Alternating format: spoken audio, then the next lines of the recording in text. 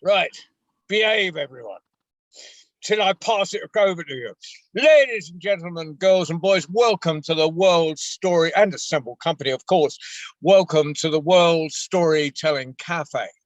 And tonight, as it is every other, or today, I should say, as we are worldwide and in different time zones, it is welcome to you, and every 2 weeks, we join with Get a Word in Edgeways and the amazing Mike Rust. Hello. Who, to host a worldwide story round. So I shall probably disappear in the course of this, but I shall be listening to you all as I drive along. But for now, Mike, over to you. Thank you very much, John. It's lovely to see you again, John. I know you're in a car park on the service stations. And I know after a pandemic, where we all had 3 lockdowns and everything else, it is nearly a pleasure to stop at a motorway service station. It is just, it's not quite a pleasure, but it's nearly, it might be an experience for all of us to stop in an Italian one, Simona, but the English ones are not very nice. The Scottish ones are quite good. Scottish ones in the middle of the Highlands, they've got beautiful pictures, you know, they stop in locks and you have mountains and Scotsmen wearing kilts and things like that. The English ones aren't very nice at all, okay? Anyways, like I was saying a few moments ago, 2 weeks ago from tonight, the reason I wasn't here, we were having a thing in Much Wenlock, which is our little town. We had 100 people there, the Salvation Army Band, and we were doing Sunday stories and Sunday songs. And the festival put up a Hindu priestess, Chandrika. Her name is Chandrika Joshi, and she's a lovely lady. And she told a Hindu story to all the Protestants in Much Wenlock. And that went down absolutely like a storm. They loved everyone. Anyway, without further ado, so we've got a batting order sorted out. So we're going to go to Simona from Italy first. Then we're going to go to Baba from the States. And then we'll go to Keith from Lincolnshire. And then we'll go to Diana from Scotland. Now, talk about being multicultural. You know, we are all different, jumping over all over the place. Then if I can think of one, I might actually get around to telling one myself. We'll see who comes along there. Anyway, so as you all know, you haven't muted, Diana, so I'm going to mute myself. Oh, Shane's coming in, John's in there, and we're going to go to Simona. And if you could get started, Simona, that would be brilliant. Yeah. Okay. Hello, everybody. And tonight I've got an Italian folk tale for you, and it's one of the few Italian tales that I've ever told. So let's try. One day, a king was riding out through his villages when he saw a peasant working hard in a field. He stopped and he asked him, "How much do you earn in a day?" "Well," said the peasant, "I earn 4 coins in a day." "And what do you do with them?" asked the king. "Well, the first I eat, the second I put out at interest, the third one I give back, and the fourth one I give away." "Okay," said the king, "thank you." And he rode away. But after a while, the peasant's answer started to puzzle him. So he rode back and he asked him, "What did you mean with that?" "Well," said the peasant, "with the first coin I eat. The second coin I use to feed my children that one day will take care of me when I'm old. With the third coin I feed my father that helped me when I was little.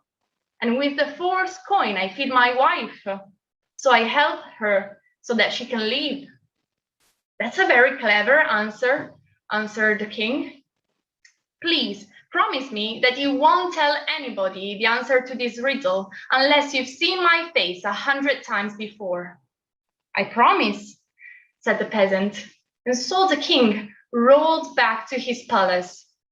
And in the evening, he was sitting at the table with his ministers, and he told them, "I've got a riddle for you. A peasant earns 4 coins in a day. The first one he eats, The second one he puts out at interest. The third one he gives back. And the fourth one he gives away. What is it?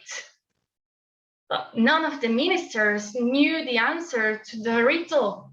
But then one of them remembered that the king had been seen speaking with a peasant. And so he decided to find this peasant and ask him directly. The following morning, he rode out and he found the peasant and he asked him the solution to the riddle. But the peasant refused. No, no, no.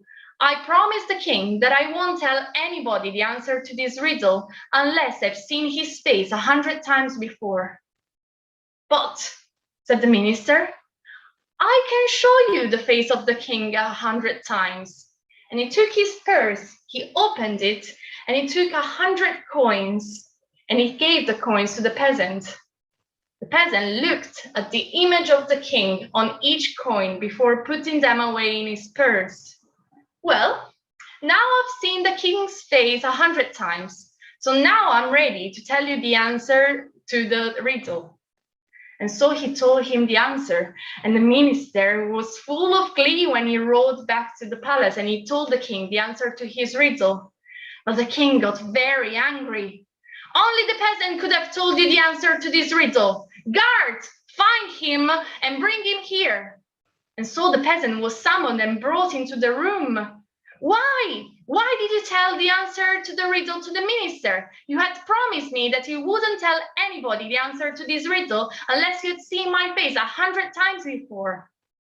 But your majesty, said the peasant, I had seen your face 100 times before I told the minister the answer to the riddle. And he took his purse and he showed the king the 100 coins that the minister had given him. The king started to laugh, and he was so pleased with the cleverness of the peasant that he decided to reward him, and he made him a rich man for the rest of his life. Oh, that's lovely. That's lovely. Right. I will be telling that one myself. I promise you that. Absolutely. Absolutely. I think that's a brilliant story. Well done, Simona. Right. So the next one on the list is going to be Baba, and then from Baba we're going to Keith. So Baba, over to the United States of America. Yes, where we are experiencing weather that reflects Congress. And I say no more. I say no more. Simona, you have actually inspired me to tell another story. Yours is about riches, and mine's about kind of like a riddle, and kind of like, well, you'll see. This story comes from one of the many islands that are referred to as the Caribbean, formerly known as the West Indies. And this story is about a young person, a young man named Doom Doom. But when you account for the accent, his name is actually Dum Dum.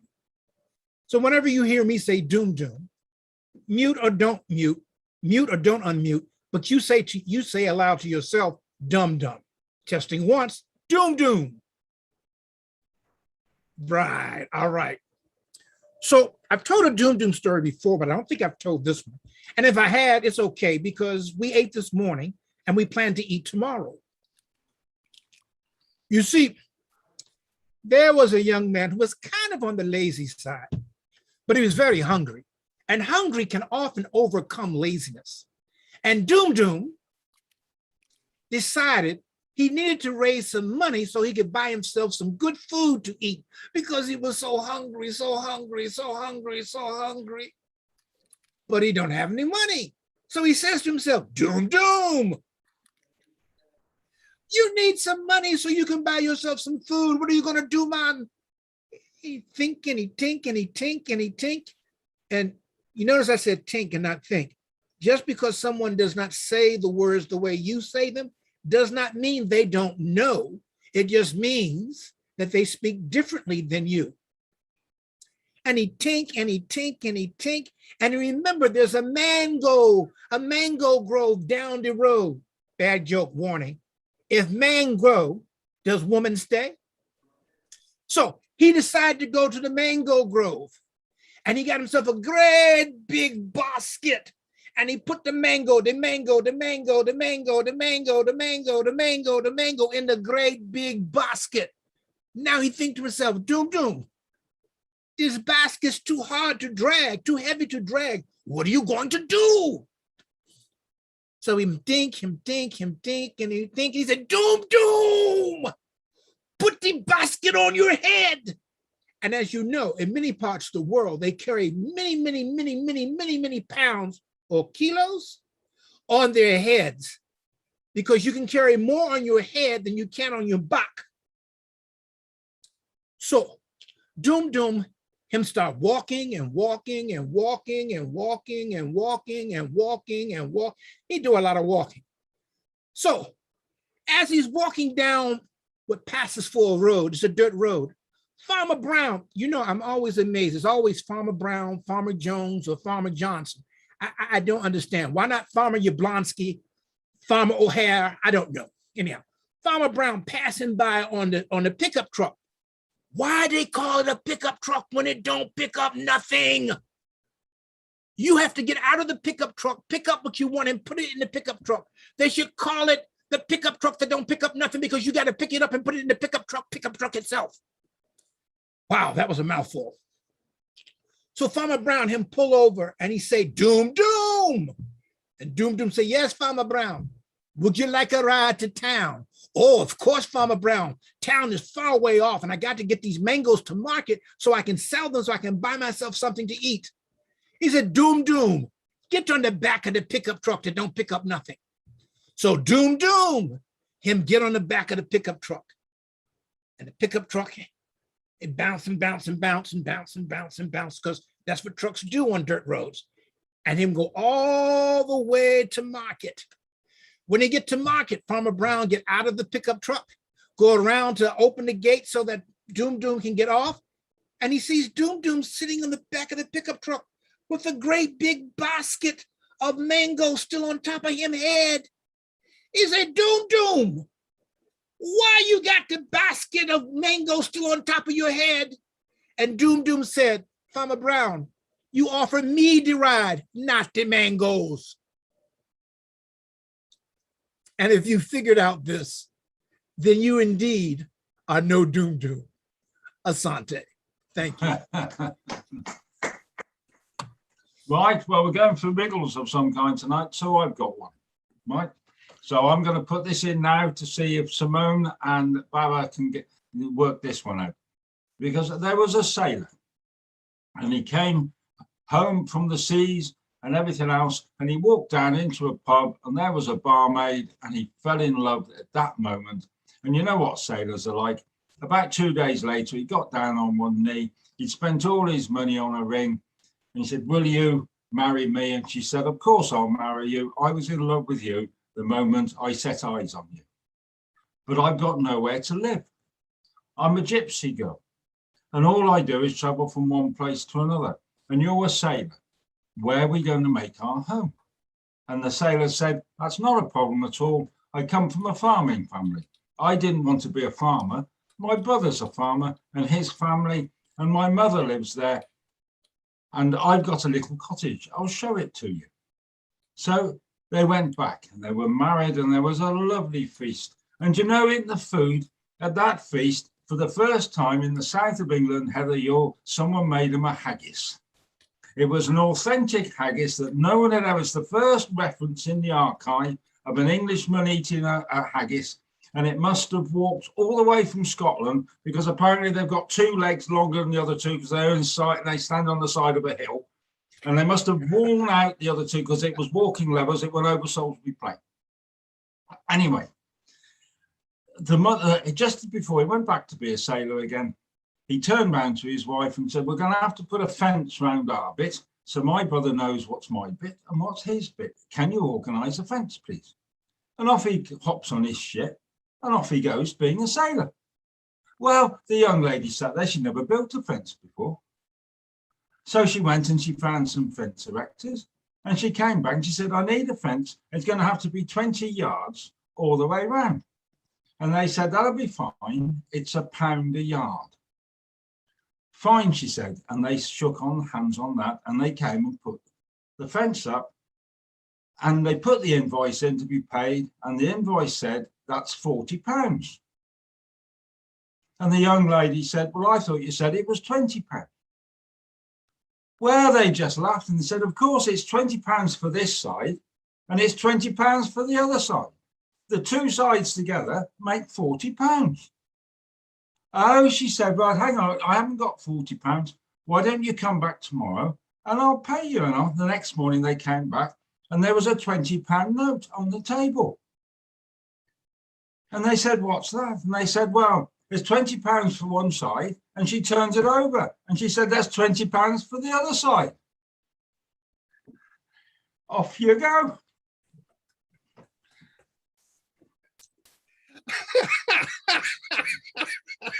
Right. I just thought I'd chuck that little one in. So we're going to go to Lincolnshire now, which is as flat as the Salisbury Plains are. So they probably don't have haggises either, particularly haggises with two longer legs and two shorter legs. But anyway, Keith, we'll go to you. Hello, everyone. Now, as I mentioned once before, that down the centre of Lincolnshire, there's the chalk hills of the Lincolnshire Wolds. And over to the east, there's the marshland. And down the south, there's the fens. And over on the other side, on the west, there's the Lincolnshire Cars. And in the time of my great-great-great-great-great-great-grandmother, when all the fens and the cars and the marsh were all wet and boggy, there's no drainage. And the people that lived there, they had to just use little paths, dry spots, dry sections, dry paths through the fens and the cars. Now, in the fens and the cars and the marsh, there lived all kinds of evil creatures, devils and imps and boggles and boggarts and will-o'-the-wisps. And as the people at night walked along those paths, they were ready to pounce upon them and drag them into the miry mess, the wet marsh and cars. And so in the wintertime, the men, when they were coming home from work or had been out shooting all day, they'll rely on the sight of the moon to shine on the marsh, to shine the way through the paths, through the fens. And because the evil creatures, the demons and the imps and the boggarts and the boggles, they just hated light and would hide away from the light. And that's why you didn't see them in the daytime, because they're all hidden and they would just be there at night. And the moon said to herself one night, so, well, I've never seen these imps and demons and devils and boggarts and boggles. I wonder if they really exist. And so she covered herself with a long black velvet cloak. And she went down into the marsh. And she was walking along carefully along one of the paths, and her foot slipped. And she half slipped into the bog, into the fen. And she was struggling away, half in and half out of the miry mess, of the watery mess. And she reached out and she clung hold of a tree, an elder tree. But that elder tree was alive. It wasn't just static, but it grabbed hold of her and held her like she was in manacles and she couldn't move, or at least she was able to struggle in and half out of the miry, watery mess. And there she was struggling. And then she heard a cry. There was a man walking home and he was crying out. So he was crying out for help because he couldn't see his way. It was all dark. And he was frightened of slipping into the water and being captured by the boggles and the demons and the boggarts. And he was crying out, praying for help. And she struggled and was able to just move part of the black velvet cloak away from her, and the light shone. And the bogles and the boggarts and the demons, they just shied away, and the man could see his way home. And so, oh, thank you, Lord. Thank you so I'm able to see my way home through that light. And the moon was so pleased that she's able to help this man in his distress. But as she struggled, the black cloak fell over her again, and she was in darkness. And she was surrounded by all the bogles and the boggarts and the demons and all the evil creatures. And they said, what shall we do with her? Shall we eat her? Is she made of cheese? Shall we drown her? Shall we bury her? What shall we do with her? And in the end, they agreed that they will push her down into the mire and bury her. And they covered her with a long black slab, a long stone slab. And it was at the foot of this elder tree. And they set the will-o'-the-wisps to mark the spot hanging in the tree. Now, they were then free to frighten all the people. They would go and the villagers, their windows would rattle at night, frightened by the bogles and the boggarts and the scratch on the doors. And the people of the village says, well, what shall we do? You know, because we can't see our way home at night after work. What are we going to do? Because we rely on the light of the moon. And one night in the local pub, there was a group of men there with their pipes of bacca and their tankards of ale. And they were saying, well, what's happened to the moon? And there was a man over in the corner. He came and he joined them. He said, I think I know where the moon is, because I was traveling home. I was walking home late one night. And there's this bright light shone out from the marsh. And I was able to see my way home. And they said, come with us. And the men and the stranger went off to see the old wise woman that lived in the village.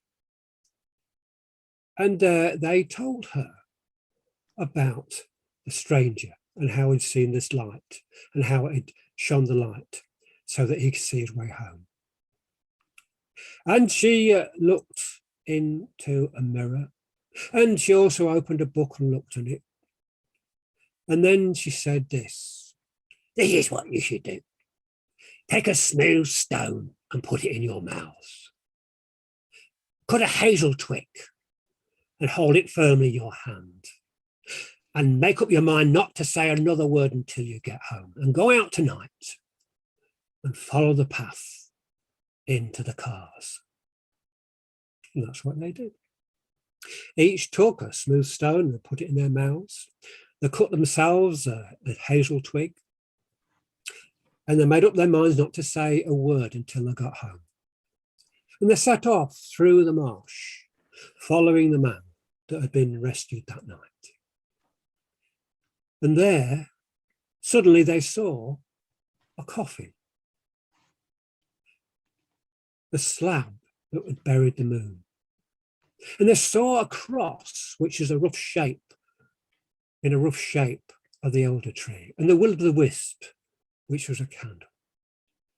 And so they saw that was the place where the moon was buried. And they rushed over and they picked up this big slab, this coffin. They pulled it away, and out from the depths of the marsh sprang the moon, smiling and shining, and so thankful for being rescued. And so they had all this light so they could see their way home. And they say that the moon shines more brightly in the Lincolnshire cars than anywhere else in the world. Yeah. I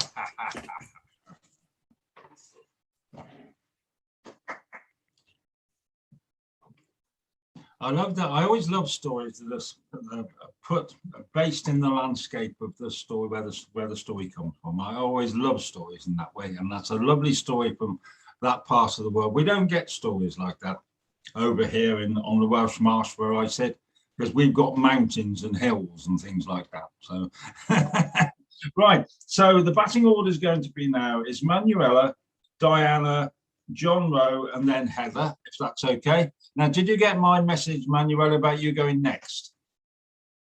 No, okay, well, I'll go next. And then, because I've got one from the Highlands, then you go after me and you can get your head sorted out. And Shane, are you looking to tell a story tonight? Okay, well, if you go after Heather then, okay, and by then we'll be closing it up a bit. Because I've got another one from the Highlands of Scotland. Now, I never actually had many stories from the Highlands of Scotland until I met two reprobates who became very good friends of mine. One was Duncan Williamson and the other was Stanley Roberts. And they both told me this story at one point or another. So, and you're going to understand, I was just saying a moment ago, I love stories that are set in the landscape of the where they come from. And this is really a story from the Highlands of Scotland, but my knowledge of the geography of the Highlands of Scotland is a bit scarce. So and I can't go anywhere else. So Heather and Diana, you're going to either burst out laughing or start crying in a minute, but I'll try to do my best. Okay. And this is a gift. If you ever want to tell this story, you absolutely tell it. Because in the times gone past, in the Highlands of Scotland, there were two religions. There was the Catholics that had been there for many centuries. And at one point in the lifetime of Scotland, the religion changed from being the Catholic religion to being the Protestant religion, the Protestants, the protesters. And there was all sorts of things, indulgences, and somebody over in Germany, he nailed a great big list of all the things that were wrong with the church. And he finished up with this little poem. He said, "Put another penny in the picture to make the Pope in Rome that much richer." And so the Protestants, they started coming up. And they started in the belt there in the middle between Edinburgh and Glasgow, and they started spreading out. And they started coming up into the Highlands. At first they went to Stirling, which is the gateway of the Highlands. Then they went up to Inverness. And from Inverness, they tried to spread the word of this new religion as it came into the Highlands and going out towards the Isles of the West. And what they did was they'd move into a town and they'd build a little church and they'd start preaching. And the Scots, they liked the way that this faith, this Christian faith was. It was a lot more independent, and they took to it quietly, and they started gathering. And as they started gathering, they built first small rooms, and then they'd build a bigger church. And then it would spread. As it would spread from the little town, it spread up the lochs into the quieter, small, isolated places, the smaller towns and the villages. And there'd be gatherings first round a stone, and then they would too decide to have a little shed or just a place that was under cover, because the other word for Scotland is it's winter for 9 months and it rains for the other 3. And the midges are that big and they only eat Englishmen, right? Anyway, this is a Scottish story. Anyway, so there was a little town and they went down and the elders up in there, and they said, look, we need to build it doesn't have to be a big room. There's not many of us, just a little room. So that as the winter's coming in, we can practice this new faith amongst ourselves. So that's what they decided to do. But they needed some money. So they went down to where the mother church was in the town. And they sat and they negotiated a loan. And the loan was for £40, which was an awful lot of money. And they borrowed the money and they said, we'll pay it back when we can. And there was no interest charge, for this was to do with the faith and the Christianity. And they took the money and they went and built this lovely little place a bit further up into the Highlands where people wouldn't have to walk so far on a Sunday morning. And then, of course, they were all pleased with themselves, and then they had to start making the money. Well, they did the equivalent of a jumble sale and a car boot sale and a tabletop sale, and they had promise auctions and all the other things that you have to do when you have to raise the money. And they gathered the money first. They got £5 and then they got £10. And they gather up the money and they get it into a lump, and then someone would go back down to the mother church and say, there you go. But it was always the same gentleman that took the money down. And he'd be on his own business. So he'd go down to the market and have a few beers, but he'd make sure the money got to the right place. And over about 5 years, suddenly the money had all been paid back and nothing was said for about 20 years. Then suddenly in the mother church, things were getting a bit more organized. And the books were going through, and there was a record of the money being loaned, but there wasn't a record of the money being paid back. Well, nothing was just said. But this couldn't be let. There's just no way you could leave this one. So they went back and they said, well, we know it's a mistake. We know that someone should have written somewhere. We know that you've probably got a record somewhere, but we've got no record down where we are. Oh, he said, don't you worry about it. I've got a receipt somewhere. The last payment, they wrote it out on a receipt, paid in full, and we all signed it, and we all went down and had a lovely meal down by the river. I'll find you the receipt. Well, he went back that night and he went to his business things, so he couldn't find the receipt. And he looked round everywhere and he couldn't find it. It was 20 years ago. He shouted at his wife, because all men shout at their wives for things like that. But she was from the Highlands, so she was. If you come from the Highlands, according to Stanley Robinson, you're beautiful on the inside and you're beautiful on the outside, whatever shape you are. He always used to say that. He couldn't find this receipt anyway. So he went back and he said, look, he said, I know it was done. You'll just have to take my word for it. Oh. They said, we really need to get this finished. We really do need to say that the £40 has been paid. Well, he went back and he searched the whole of the house from the top to the bottom. He shouted at his wife, the grandchildren and everything else. He went to see his brother. He went to see the pastor. The laird got to hear about it. He came down, they sat down. He said, you're going to have to find the receipt or you're going to have to pay it again. We said, £40. That's the price of a lot of money. I said, I haven't got £40. I know I've got the receipt. And everybody was saying, wow, we gave you the money and you went down there and you said you paid it. But you know, we're on market day and we know that you were buying and selling the cattle and all that kind of things. Are you sure you paid it? Are you sure? And he said, of course I did. And they said, well, you're going to have to prove it. And suddenly his reputation, and people, his word was being questioned, his family honor and everything was there. And in the end, he went through the whole of his house from top to bottom, and the receipt could not be found. And this was a Saturday morning, and it's a Saturday afternoon. He sat down there and he said, I'm going to have to go to church tomorrow and say, I don't know where this money is. And my reputation as an older man and a respected person in this community is going to be finished. Everybody's going to think that I'm a drunken thief and that I've stolen the money from our church, which has been my life. And the next morning, he didn't sleep all night. And the next morning he got up, and the service was 11 o'clock in the morning. And he said, as an honest man, for the last thing in my life, I'm going to pick up the Bible. I'm going to open my Bible and I'm going to read from it. And perhaps that will give me some help in the day I have to face.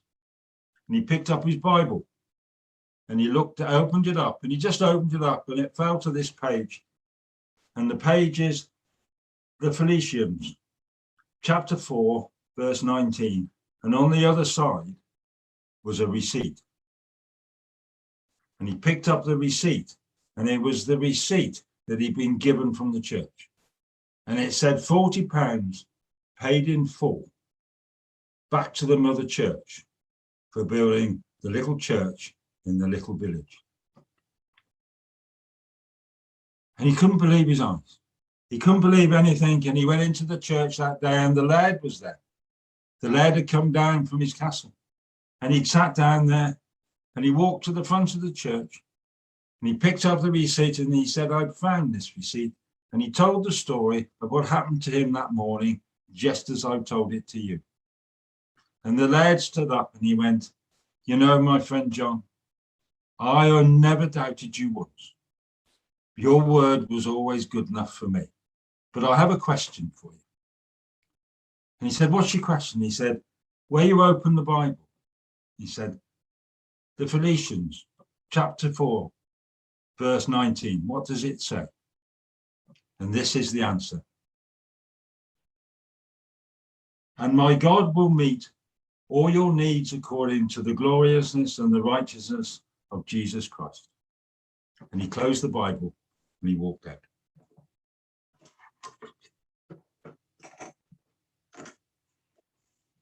Now, like I say, and I know I've got some real experts from the Highlands with me, and if they were both alive, I could go back and ask them, but I don't know the name of the towns and the villages. I just don't know what it is. But so I'm going to leave that one with Heather and with Diana, see if you can find the story and find the towns that were involved. Well, maybe it happened more than once, but I doubt it. Anyway, I'm going to go, so we're going to go to Manuela, Diana, John and Heather. And Manuela, she started off in Northumberlandshire, which is a bit further south from where I was just talking about, but the north of where I am. But she now lives in Tuscany in Italy, which sounds really, really glamorous. Really does. And you're going to have to unmute yourself, my friend. That's it. Thank you, Mike. And I wonder if you can give me superpowers. I'd like to share a couple of photographs. Is that possible, Mike? Oh, you're muted now. Right, I'm not the host because Ali's the host. Oh, Right. Ali, I wonder if Ali can hear us. Okay, if he can. Right, have you got at the bottom of your screen where it says share screen? Yeah, but I'm disabled. I need someone to give me the superpowers. But while we're waiting, I can start and I'll show you some pictures. Because today we celebrate the European Day of Languages. Right. And so we share languages and cultures around the world.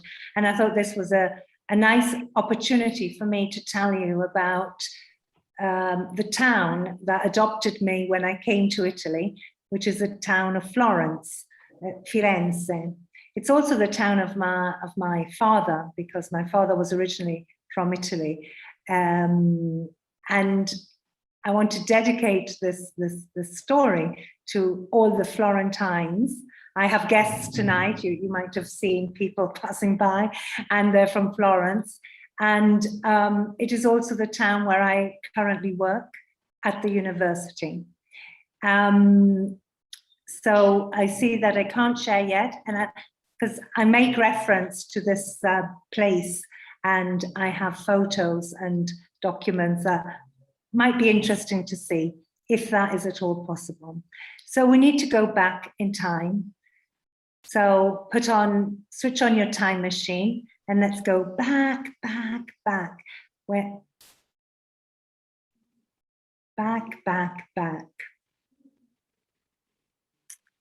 we go. Hi, Manuela, sorry, you can share the, Okay. sorry. Thank you.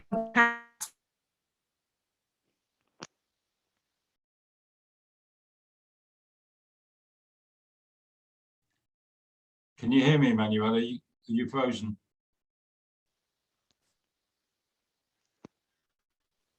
Yes, Mike? No, I think Manuela's internet connection's broken. She seems to be frozen. Yeah, maybe I maybe the connection. I make her co-host to. Yeah. No, I think her connection's just gone.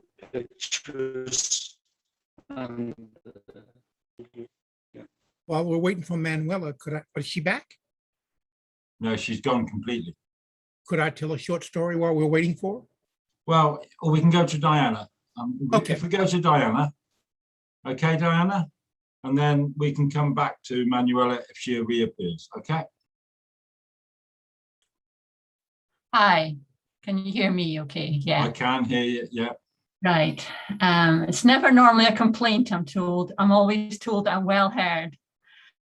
Anyway, this story I saw, it was a drama on TV a long time ago when I was a teenager, and it particularly engaged me. And since then, I have tried to find it because I think it's a really good story, but I can't. So basically what I've done is taken everything that I remember from the production on the TV and just filled out a little bit more. So here goes. This story takes place on the Isle of Lewis and Harris. Now, some people think that the Isle of Lewis and Harris are actually two separate places, but they're one island. One part is Lewis and one Harris. And that's where Rory grew up, Rory MacDonald. He grew up and he loved that area. He loved being near the sea and the beaches and all the freedom that he had running about near to his home. His granny, well, she had a croft. And what he loved particularly about island life was the fact that it was so versatile, so flexible.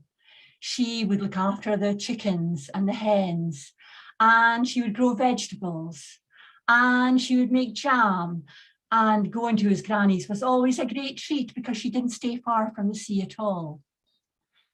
Now, he was a bright lad when he went to school, and his teacher, one of his teachers, thought that maybe because he read so much, he would be a writer in time. But his family were dry-steam dikers, his grandfather and his father after that. And then Rory followed in the family footsteps. And he used to, as a child, watch his father and watch his grandfather making the dry-steam dikes. And he thought how clever it was, how strong they were, and none of their dry-steam dikes ever collapsed. Well, he would take on the role when he left school at the grand old age of 15. And he enjoyed it.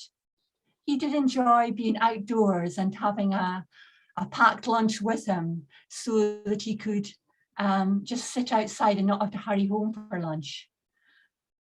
Now, as he grew older, well, the world started to change.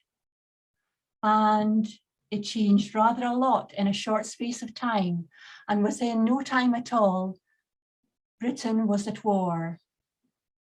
And he wanted very much to help. He wanted very much to fight for his country. He believed very much in where he stayed, and he felt it was important that you do something, that you don't just sit on the sidelines, and he volunteered.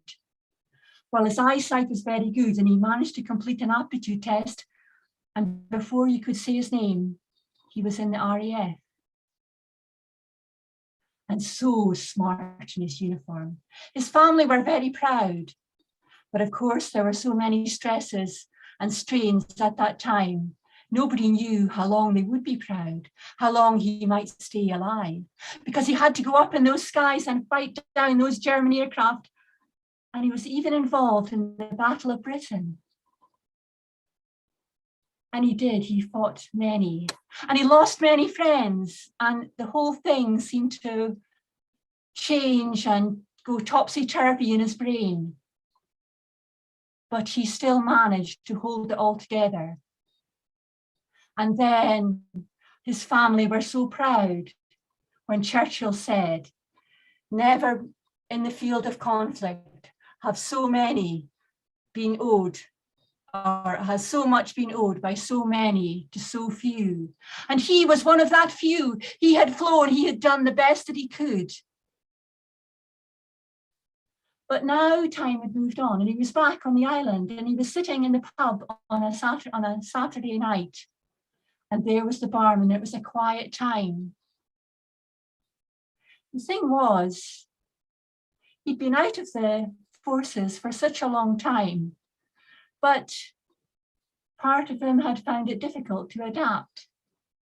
He started off well enough. His wife had been a plotter in the Second World War. She tried to plot, and she had plotted a very stressful and strain-inducing job where the German aircraft would be coming from and how the British were to respond. And he had been the young, handsome RAF man. Although he had been very cut up about the war, and like many, he had suffered, he still managed to go on. They set up home on the island, and Maggie, his wife, she loved it there. She really enjoyed it. And they had a daughter, and they called the daughter Ariski after one of the islands. It was a very unusual name, but He was so happy to be a father. And in those early years, he spent so much time with his family when he wasn't at work. But there was one day he was out on his dry steam diking, and there was an aeroplane. Perhaps it was on a training mission, I don't know. But it came down very close. It came too close, and then it went up again. And all that Rudy could think of was when he'd been in active conflict, when he'd been in the midst of all that melee, and so many of his friends had died, and it all came back. And he couldn't cope. And he was just lying there on the grass, hoping for it all to go away. But it didn't go away. All he could hope for was to forget it. And every so often he would go to this little pub on a Saturday night and he would have a drink. Sometimes he would just have one or two, or maybe even three, and then he would go home. But he never talked about his wartime adventures. He just didn't want to go there. But there were some lads who used to go to this pub, some young lads, and there was a jukebox. Well, this jukebox was a bit rickety. And sometimes you had to give it a good shugle to get it to work. And there were older tunes on it as well as the modern stuff. And what these lads thought was so funny, these lads that had had nothing to do with the war and didn't really understand, they would play a Scottish soldier. And when they did, you just saw his crestfallen face, Rudy's crestfallen face, and he didn't want to think.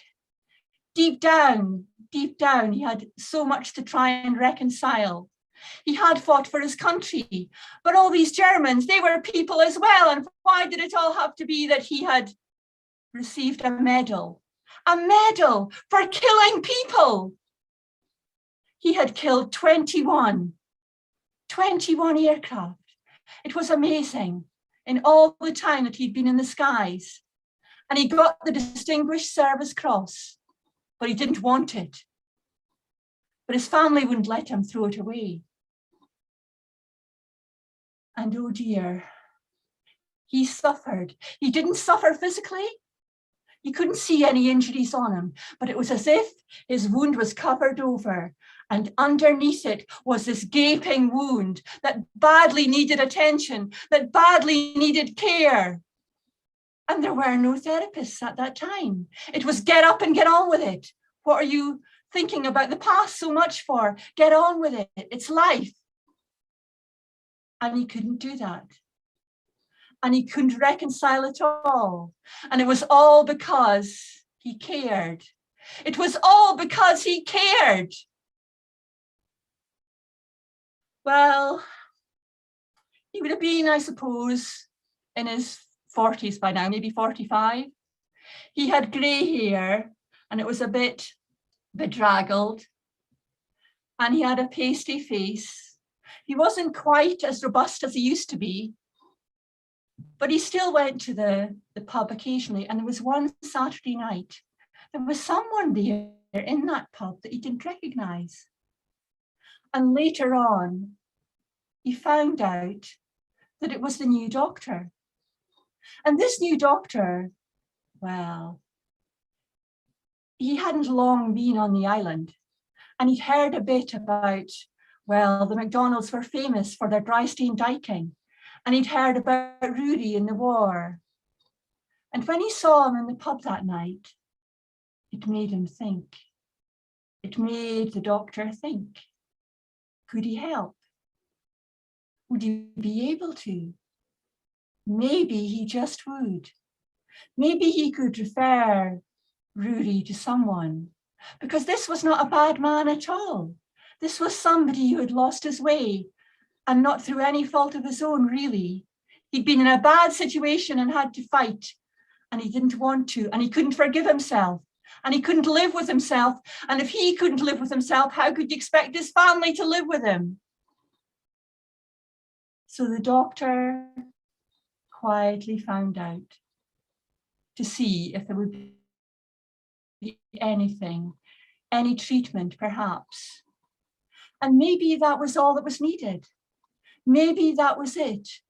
Maybe, perhaps. What if he did receive some help? Sometimes it's just a maybe that we need.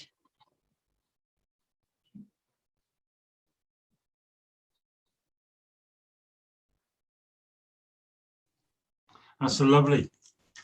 Thank you, Diana. My uncle was one of the Spitfire pilots in the Battle of Britain. Uncle Jimmy, his name was.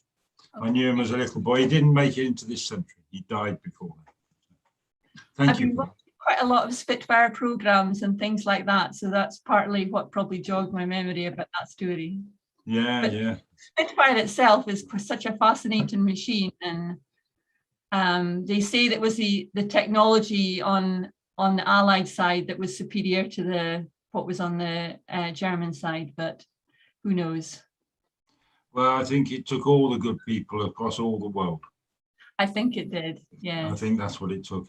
When you see the great big battleship in the Pacific, where at the end of the Pacific War, you'll see every nation, every creed and every colour are standing on that battleship.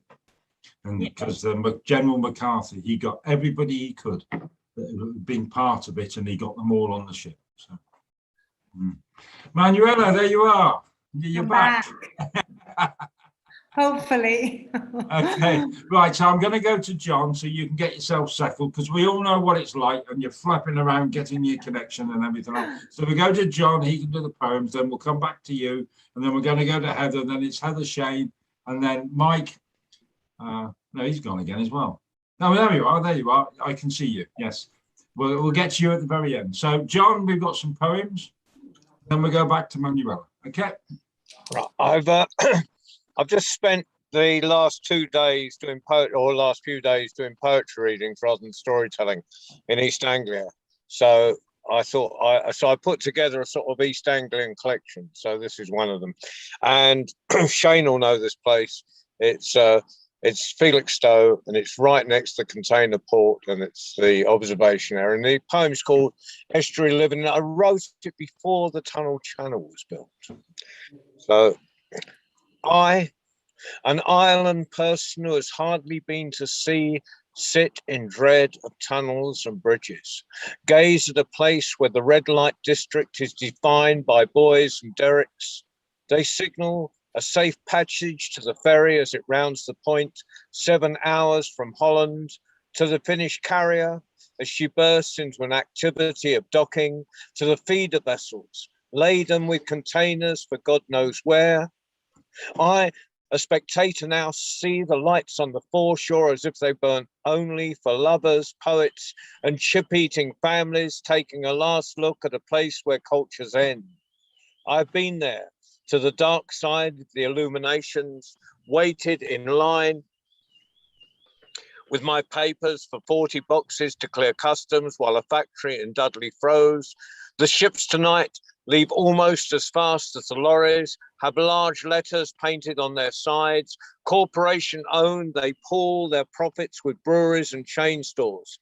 The city knows nothing of seabirds, of the ghosts of the mariners that crowd my memory. I only saw my father's ship leave once. I stood on the sand with my mother as the fleet sailed. It is an image without time. I've waited by the radio for news of a friend. He was found 5 miles of current to the north. They had breached within minutes of land with his catch. In the 19th century, we sailed from Harwich. I know this from records, a story waiting for its flesh. I sit an estuary's width from the tail, tumble back and forth across the centuries, listen to the tongues of the globe, watch a rat scuttle across the broken concrete and shingle, listen to a ship's siren, and know why I like it on the edge. And so I'll just do another little one. And this is kind of just it's the refugee crisis. And years ago, I mean, what I sometimes do is think is, you know, like how things repeat. And I wrote this about the Vietnamese boat people when they were coming, you know, the whole sort of controversy with the boat people. But it's kind of, the boat people have changed. So it's called Boat People. Mine as a seafarer's history, and my heart, like the dead of pirate ships and clippers, is carved from oak. Numbed by an Atlantic crossing and an Arctic chill, I've long since lost all feeling.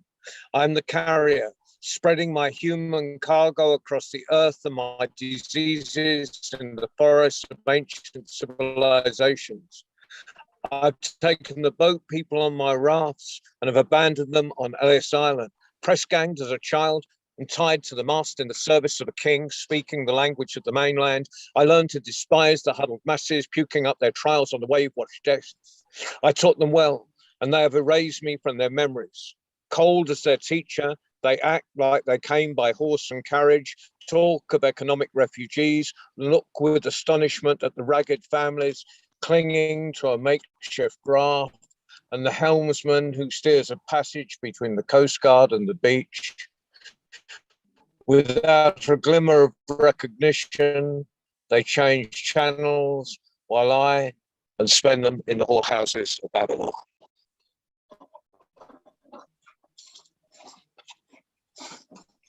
Thank you. Right, lovely. Right.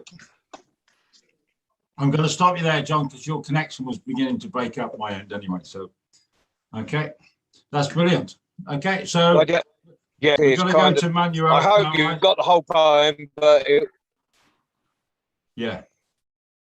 Manuela, I am told in Italy there's storms. So let's cross our fingers and hope, because to be fair, here on the Welsh Marsh, it's not a bad autumnal day. But I'm going to, okay, so let's cross our fingers and hope it all works. I hope you're a co-host by now, so I hope you can share your pictures, okay? Okay, thank you. Thank you, Mike.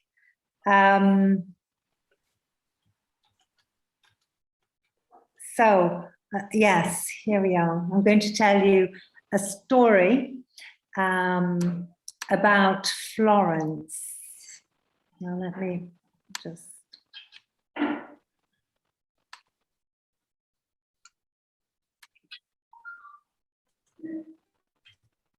There we go. So this is a document that I found, a place called Spedale degli Innocenti, which literally means Hospital of the Innocent. And it was an orphanage. And on this document, you can see a name, Agata Smeralda. And today, I'm going to tell you the story of this baby, then a baby. I'm sure you can't make out the writing there, but these are the documents that I went in the archives of this Spedale, because I pass it every day on my way to work. And Agata Smeralda, apparently she was called Smeralda for the color of her eyes. So, are you ready to listen to my story? These are just some pictures showing you the building I'm going to talk about, the Spedale degli Innocenti, and it's very much maintained its original appearance today. This is how it is today. This is the square I cross every day going to university where I work. And I teach future primary school teachers. And so I don't know if there's a connection, but I like to believe that there is. And can you see those blue, light blue circles with them? They're called putti by Andrea della Robbia, a painter. And here we are in Firenze, Florence, just behind the famous cathedral in Florence. We're right in the heart of Florence. So if you've been there, or if you're thinking of going there, I hope this is an invitation for you to revisit Florence with another perspective, maybe.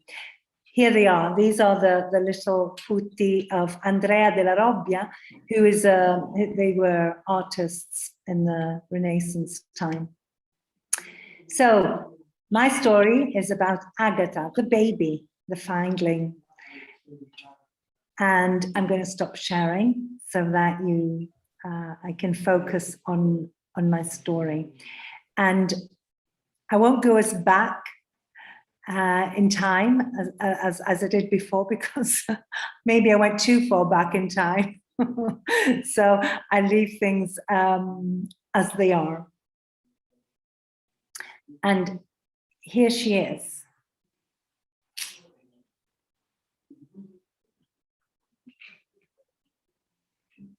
My name is Agatha Smeralda, and I was born in Florence.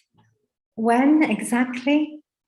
I do not know, but I always wanted to believe that it was February the 5th, 1445, the day I was left at the Istituto degli Innocenti. Just imagine, I was the first. I'm serious. There are documents to prove it. It all began with me. Can you believe that? And they called me Agatha because it was the night of Saint Agatha. And Smeralda, emerald, because of my eyes, which even though I didn't live very long, continued to sparkle on in the gazes of all the children who crossed through this doorway after me. It's true that I was the first, but they only brought me here because the Institute already existed.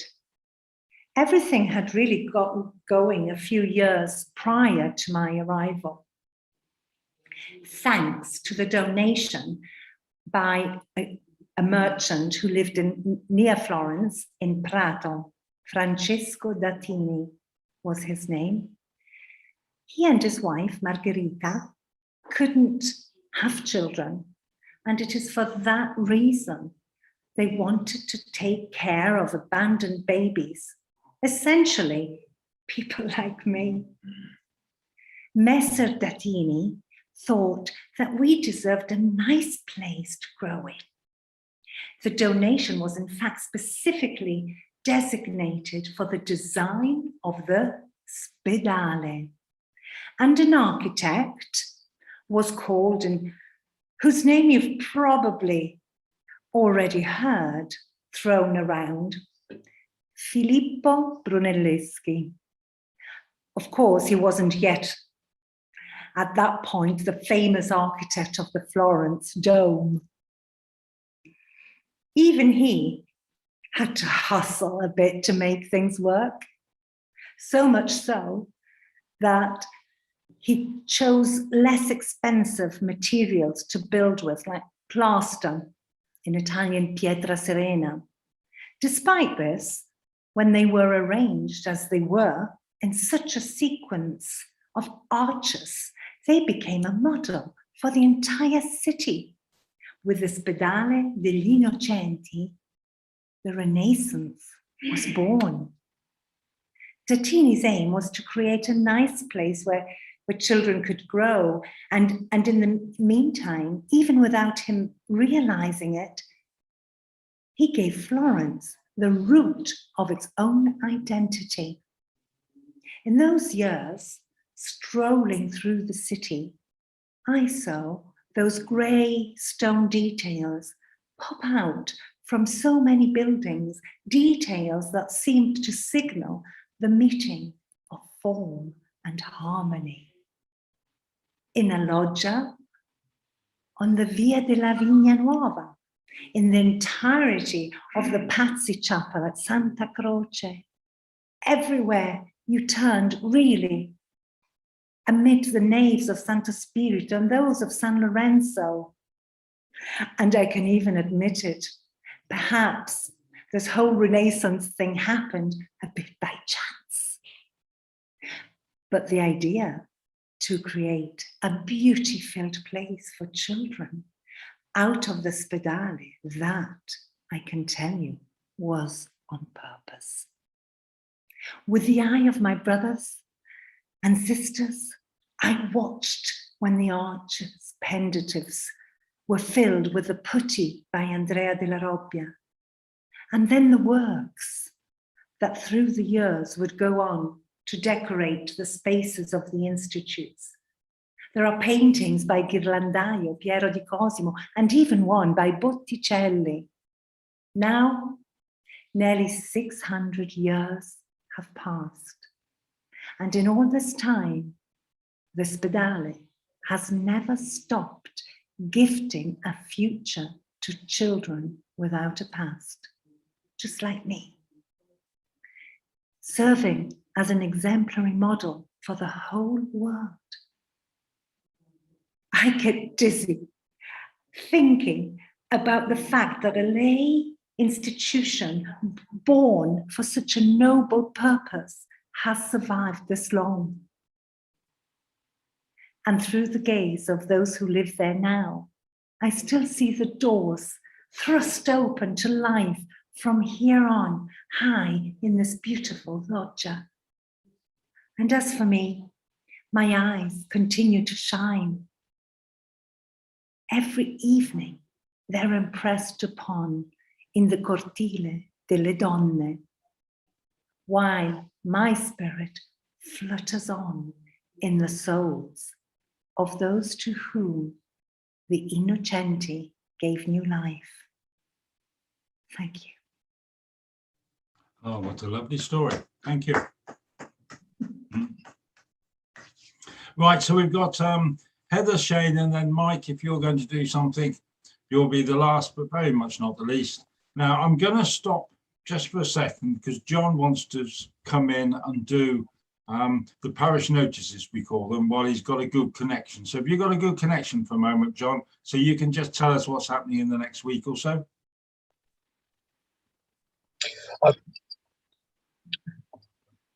Okay. We've got I got caught by surprise. Yeah, Tuesday is the next one. An important one is our young tellers at 5 o'clock UK time, 18 years and younger tellers. Friday is our Stories for Children, which is Maria Gillan, and next and that's about it for now. But every Tuesday is the thing. I'm sorry, I'm going to have to go, but it's just completely, the internet is just so. Just get home safely. You're driving and you're stopping, so call it here. I'll see it through. Just drive home safely. Sit down, have a glass of cold tea. Okay. Okay. Well, it's been a great night, everybody. Thank you ever so much. Okay. Yeah. Bye bye. Bye. So we're going back to the Highlands of Scotland to see Heather, and then Shane, who I think is Suffolk, aren't you, Shane? Is that your part? Yeah. So we go from the Highlands of Scotland to Suffolk, and then Mike to finish. So Heather, I'm looking forward to this. This is brilliant. Manuel, that was magic. That was so interesting. Getting the history of that. That was just fascinating. And what an amazing place to work. I'm so jealous of your walk to work. Absolutely. Yeah. I loved how you told through the eyes of that was, and sharing the photographs, that just was really interesting. It sort of did bring it alive because, for those of us who have not had the pleasure of going to your beautiful city. Well, I hope now that we start traveling again, I've gained an appetite to come and visit. I think we all need it. We need to embrace the world again. Yeah. Absolutely, Manuel. Could you just mute yourself for a second? Yes, yes, thank you. Right, okay, Heather, yeah, that's fine. Go on then. That's fine. No, she was responding to what I had to say. But anyways, I'm going to take you back quite a bit, a few centuries back in time. And this is a story that comes from the island of Skye. And the thing that I love about stories all over the world, I'm sure it's the same, is that when you look at place names, you look at the names of not only villages and castles, but also just sometimes bits of river or landscape. It tells you quite a bit about the history of the people that once lived there. And that's always fascinating and interesting. And in Scotland and Ireland, especially, you often come across the word dun, D-U-N, as meaning connected to places that were once either forts or castles or things of that nature. And some of those places are also used to be called Picts houses, because of course before the Scots came over from Ireland and the Norse, the Vikings came across from Scandinavia, we had the people that lived here in the times of prehistory were the Picts. And so some of these duns, some of these forts were originally believed to have been lived in by these people of Scotland, the small people of Scotland, before the Norse came. And when the Norse came, they took over some of these places and they extended them, they improved them, they built the walls a bit higher and they made them into forts. And then later, some of these places might have turned into castles. But there are still some of these old forts that you might find shelter in if you're caught out on a wet night on the moor. And near sort of, I suppose, near Dunvegan, so up in the north east part of Skye, there's one of these quite big forts, Dungarson. And a lot of them, the ferry folk took over after the North went back to Norway and Denmark and what have you. And this dun was well known as a fairy dun, because quite often you could hear the sound of music coming from that place. Beautiful music, the like of which you'd never heard anywhere else. Now, there was one lad, a young man that had a croft there in that valley, in that glen. He knew about the fairies that supposedly lived in the dun, but he didn't have much time or patience for such stories. I mean, maybe there were fairies, maybe they weren't. He didn't care. It didn't matter to him. He didn't really understand why the old folk were so careful and so gave so many warnings about treating the fairy folk with respect. He just thought that was just nonsense. He didn't have time for that. He was a busy man. He had a croft to take care of. He had cattle. He had fish to catch. He had things to do. And at that time, he was building himself a new byre for his cows, and he couldn't find enough stone on his land to build the byre. And he got a notion. He started thinking about that Dungarson. There's a lot of stone there. Aye, there'd be a lot of stone, good stone too. Could build a fine byre. But he knew that the old folk round about would be really upset with him if he started dismantling the old fort. So he got an idea. One night, there was a full moon. It was a dry night. And he got his horse. He got some creels, he put them across the back of his horse, and he set off across the moor to the fort. Everyone, he assumed, was fast asleep, and he could manage to get, before dawn, he would manage to get enough stone to build his byre. And he started to take apart that fort. Now the thing was, lucky for him, the fairies weren't at home that night. They were off doing something, helping out someone in another part of Skye, and so they weren't home. So he was working away, taking down the wall, filling the creels with stone, and then he took his horse back and he emptied the creels, and then he went back and he managed a second load, took it back to the house, unloaded, and he was coming towards the dun for the third load of stone. He reached his hand out to touch the top rock to take that top stone off of the wall. And as he touched it, suddenly there was this light, this blazing light that came out of the dun, a harsh, cold light that lit up the glen. And voices came from that place, many voices, and they were angry. "How dare you do this?" they shouted. "How dare you take our stone?" Well, he was absolutely terrified. He turned and he ran with his horse running behind him all the way home. Everyone in the glen had seen that light. They'd all been awoken by that light. And the old folk, they knew something was wrong. There was something menacing about that light. They were worried. And the next day they rushed across to the dun. They wanted to make sure everything was okay, and they were just so worried. Had somebody offended the fairies? Maybe they could calm the situation, sort the problem. They didn't know what, but they went there to see what they could do. And when they got to the dun, sitting there on the wall was an old man. And he was rocking back and forth, and he was wailing and sobbing, and he was crying out, "Ah, our home, our beautiful home, ruined forever." They said, "What can we do? What's happened?" But he didn't say a word to them. He just kept on sobbing and moaning and crying out. But after a while, he got up and he moved away from the dun.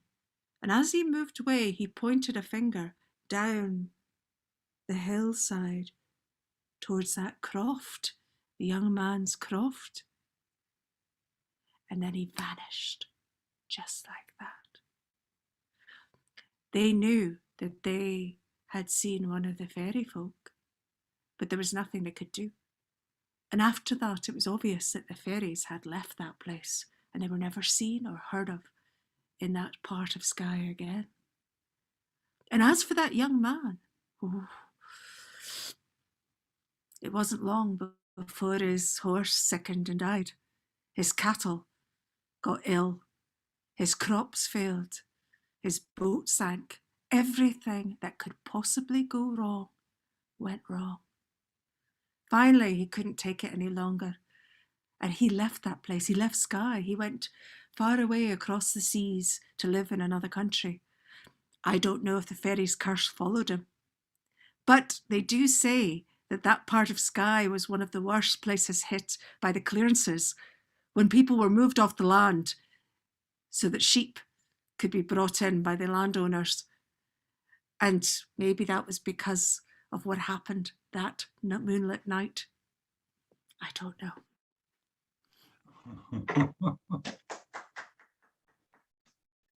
What a beautiful, lovely Scottish story. That was great. Absolutely brilliant. Okay, so we're going to go to Shane next. Hello there. So I'm just thinking about stories in the land, and I heard in the summer I heard an African story, and it's for children more really, but we're all kids at heart, aren't we? And I then saw it actually happen in a wood with some different creatures. This story actually happened in front of my eyes, and I just thought I'm going to adapt the story so that it's in a wood in England. And it just so happens that one day that the creatures were kind of moving through the wood. There was a rat, there was a magpie, and there was a squirrel. And they came to a little clearing in the middle of the wood with the oak trees and the pine trees and the ash trees around. And they came to this little clearing, and there was a big, fat, juicy berry just laid there in the middle there. And all three creatures wanted that juicy berry. And they thought, oh, how am I going to get this? And there was a bit of a standoff between the three creatures. The rat was looking at the magpie, and the magpie was eyeing the squirrel, and the squirrel was eyeing the two of them, and they were thinking, well, how are we going to do this? And they couldn't work out who was going to have it and how they were going to do it. And just in an oak tree just behind, there was an owl watching them. And the owl kind of, and they looked up, and the owl said, you need a competition to sort out who was going to win that juicy berry. And they thought, oh yeah, let's have a competition. And the owl said, the best out of 3. And they thought, oh, okay. And the owl said, the first test, he said, is to squeak. Let's see who can squeak the loudest. Well, Magpie went first, and he could only kind of caw as that harsh sound that they make. And Squirrel makes a strange noise. It's not a squeak. And then Rat went, and he thought, well, this is mine. And he squeaked away. And the owl said, well, you know, Rat, you definitely have the best squeak here. And the owl said, well, the second competition is, he said, I want to see who can hop the highest. So Rat went first this time, and well, you know, he's got quite a chunky body, of Rat, and he just barely got off the floor. The squirrel had a fairly good go. He kind of, you know, he had a little bit of a leap going there, the squirrel. And the magpie thought, well, it's mine. Because the magpie just sort of hopped up into the air, and just a little flick of his wings, he just rose himself higher than the other two. And the owl said, oh, clearly that's Magpie's round. He said, well, the third, he said, is so you can waggle their tail the best. Well, Rat went first, and that horrible kind of tail that they have, that's hairless and like a bit of old rope or something on the back, and he was kind of moving that around, you know. And then Magpie thought, maybe I can win this one, and he was flicking his tail feathers. And then Squirrel stepped forwards as proud as anything, and he just kind of flicked that big, beautiful, bushy tail. And Owl said, well, that's clearly Squirrel's round, that one. And Owl said, well, you've all won a round each. So there isn't a definite winner here. And the creatures sort of looked at each other, and they looked at Owl, and they said, well, what are we going to do then? And Owl said, I'll tell you what, he said. Well, we need to sort this out once and for all. He said, what the 3 of you need to do is run across, or get across in any way you want. You can fly, you can run, you can hop, any way you like, across to the other side of the wood, touch the ash tree on the other side, the far side, and come back. And whoever gets back here first can have the juicy berry. Well, Rat was like, pew, Magpie, pew, he took off. The Squirrel was kind of bounding along after, and off they went as fast as they possibly could to the other side of the wood. They touched the ash tree. They come bounding back and flying back and back as fast as they could, and they landed in the clearing in the wood. And there was no berry there. The juicy berry had gone, and they looked, where's the berry gone? And they looked up to ask the owl where the berry had gone. And Owl wasn't there. And that's a story that I did actually see almost all of that in a wood with my very own eyes. Thank you.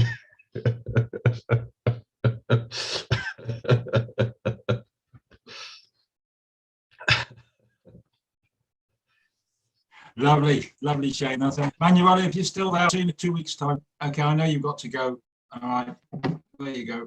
Right, so Mike, we come to the last one, but very much not the least. I know you did for me 2 weeks ago, so it's nice to see you again, my old friend.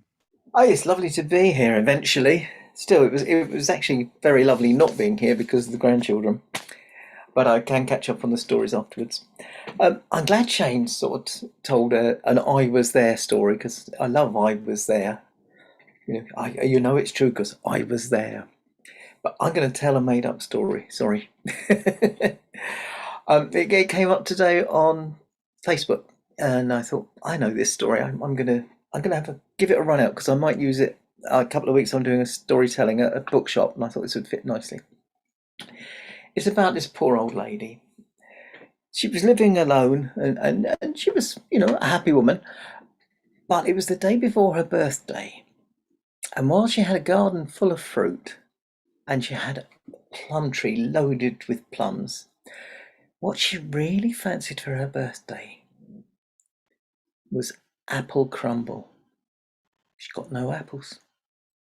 She's got the flour, she got the sugar, she's got the, well, she was vegan, so she didn't have butter. She had that sort of vegan spread, you know, that's not butter, but does the same sort of job. But she had no apples. So she was thinking, she said, well, what I'll do, I'll make up a basket full of plums and I'll see if I can swap them for a basket full of apples. Then I'll have apples to make them crumble.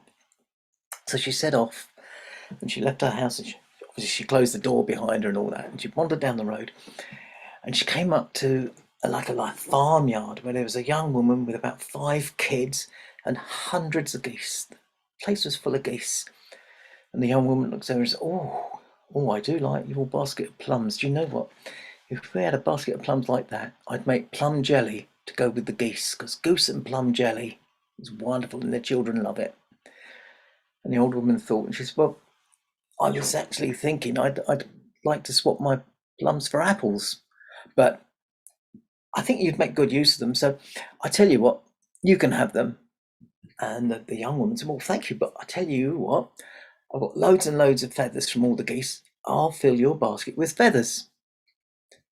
And the old woman said, oh, you don't need to do that. You know, I'm quite happy. Sorry, I'm turning off the comment side so I can see more people. And but the young woman insisted. So she walked on with this basket full of feathers.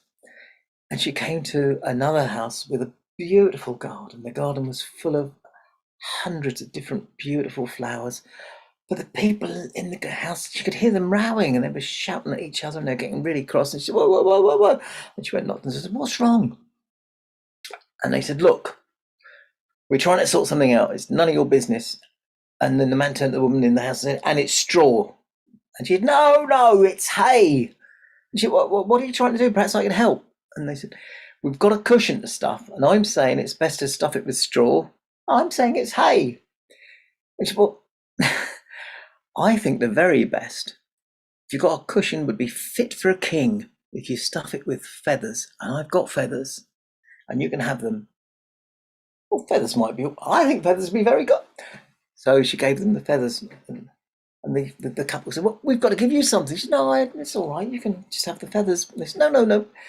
And they filled her basket with the most beautiful cut flowers, sort of a little one here and a little one, and they made her this huge basket full of gorgeous flowers.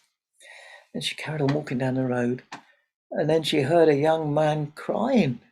He was crying. He was only a young man, good-looking man, with his horse and all his posh clothes and everything, obviously a lord or something. And she said, oh, what on earth is wrong? What on earth is wrong? And he said, I'm supposed to see my lady love today. I'm on my way to see my lady love. And I had the jeweler make a special emerald ring for her, and it's not finished. I have no gift for her. So, of course, the lady said, do you know what would be really wonderful? What if you took her a beautiful, beautiful bunch of flowers? And the young man thought, yeah, that might do the trick. She said, well, here you are, look. And she gave him her basket full of flowers. And he said, oh, well, thank you. I have to give you something for it. She said, no, you're fine. He said, no. And he pulled out a bag and dropped a bag of coins in her hand. And it rattled.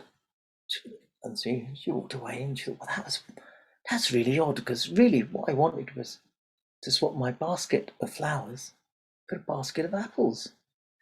But I've got coins now, I've got money, I can go to the market and I can buy all the apples I want. I will have my apple crumble for my birthday tomorrow. And she carried on walking, but then she heard a little boy crying. Oh, not more crying. It's a little boy. She said, what's wrong? He said, I'm hungry. Why don't you go home and get something to eat? We've got nothing to eat. We've got no money. So she took him back home to his mum. And his mum said, oh, I'm so sorry, you know, that you've been disturbed. Come in and don't be such a nuisance. She said, no, look, I got a bag of coins. You can have them because your need's much greater than mine. I'm fine. And the mum said, well, I can't just take your coins. She said, yes, you can. She said, well, no, look, I've got to give you, I tell you what, our dog's had some puppies and we've got rid of most of them. We've got one left and we can't really afford to feed it. Would you take the puppy for us? And she said, I don't need a puppy. Well, go on then, please, because the woman was really keen on her taking the puppy. So she took the puppy and she's walking down the road with the puppy. She came to a house, and in the house was an old man but not in the house. He was sitting on the porch on a rocking chair. Can you see I'm rocking? That's what he was doing. He was rocking too. But he was sighing and he was sad. Oh, we're all rocking. And she said, what's wrong? Why are you so sad? He said, I'm ever so lonely. I'm just living here all on my own. See, I've got no friends. So even if I had a little dog or something, it'd be something, but no, I'm just on my own. And she said, well, I've got good news for you. Look, I've got this puppy that I don't want. You can have a puppy and it'll be company for you. He says, are you sure you don't want it? And she says, no, I really don't need a puppy. He said, oh, thank you. He said, I tell you what, come through the back. I've got an apple tree. You come and pick some apples for yourself and I'll give you that for the puppy. I said, oh, that's wonderful, thank you. And so she picked apples and she took them home and she made herself apple crumble for her birthday next door. And just as she was about to sit down and eat it, there was a knock at the door and it was the old man. He said, I was thinking about you on your own for your birthday and I was on my own at home. And he came and he shared her apple crumble with her. And that's the end of the story. It's an old one, but I like it. No, never tell new stories, always tell the old ones over again. Yeah. Look, it's been an absolute pleasure. I missed it 2 weeks ago. I really did. It's been an absolute pleasure sat here with you all. I have an absolute ball sit here. It's an hour and a half, and you've told stories from all over the world and everything else. I'll be here in a fortnight's time, God willing. You're all invited. In fact, if you can't turn up on a sick note. Okay. And it's okay. So I'll be here in 2 weeks' time. Keep an eye open for what the World Storytelling Cafe is doing. And on next Friday is the first week of Blast, which is Amy Douglas's. So she's got Shona Lee. I think the tickets are about £5. It's all online and everything else. So if you want to go to that, and in 2 weeks' time, and then we have the Get a Word Online concerts, which will be going on the second Thursday, which will be the Thursday before the festival. We're planning to have a festival this time next year. And Heather, I don't actually know, and Diana, where you are, but I'm going to have to come up to Edinburgh to go and see David Campbell. Now, I don't know how far that is geographically from where you fellas live, but if I get a chance, it would be lovely to meet face to face. It really would. Mike, I live between Edinburgh and, because I teach down there, but I'm up in Kinlochleven near Glencoe at the moment, but I go back and forth. Oh, right, okay. I'm down near Edinburgh during the middle of every week. Right. Haven't you got your festival sometime soon? Yeah, there's a Scottish Storytelling Festival, which there's some of that's going to be online and some of it's going to be live. But some of the online stuff will be quite fun because it's kind of it's sort of what they're calling global hearths. So they have a Scottish MC and then they'll have guests from all over the world for those ones. And so they should be quite fun and they'll definitely be online. Right. So that starts on the 15th of October. 15th. I'm a bit further away because I'm 3 hours away and train from Edinburgh, but I'm sure I'll be watching out for you on World Storytelling Cafe. Yeah. So where do you live, Diane, exactly?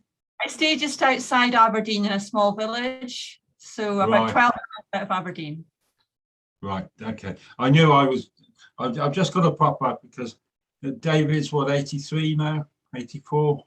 Yeah, he's done a lot of different things, and I've got at least one CD that he's because he sings as well, doesn't he? Sorry? Yes, he does. Well? Yeah. I think he must be 85 now, Mike, because he's about the same age as my mother. So I keep track of that. He's still doing well. He's old school as David Campbell. Yeah, so, no, like I said, if I say it quickly, I mean, I've just got to pop up to Edinburgh and back, so we'll see how we go. Anyway, in a fortnight's time, I would be really welcome. It'd be lovely to see you all here again. We'll be doing exactly the same all over.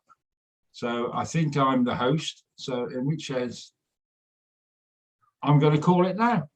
Okay. Good night. Good night. Bye-bye. Bye-bye. Thanks, everyone. Okay. Bye-bye. And thanks, Ali, for all your help, mate. Good night, folks. Bye. Good night. Good night. See you, Mike. Thanks, Ali. Thank you, wonderful tellers. Bye bye.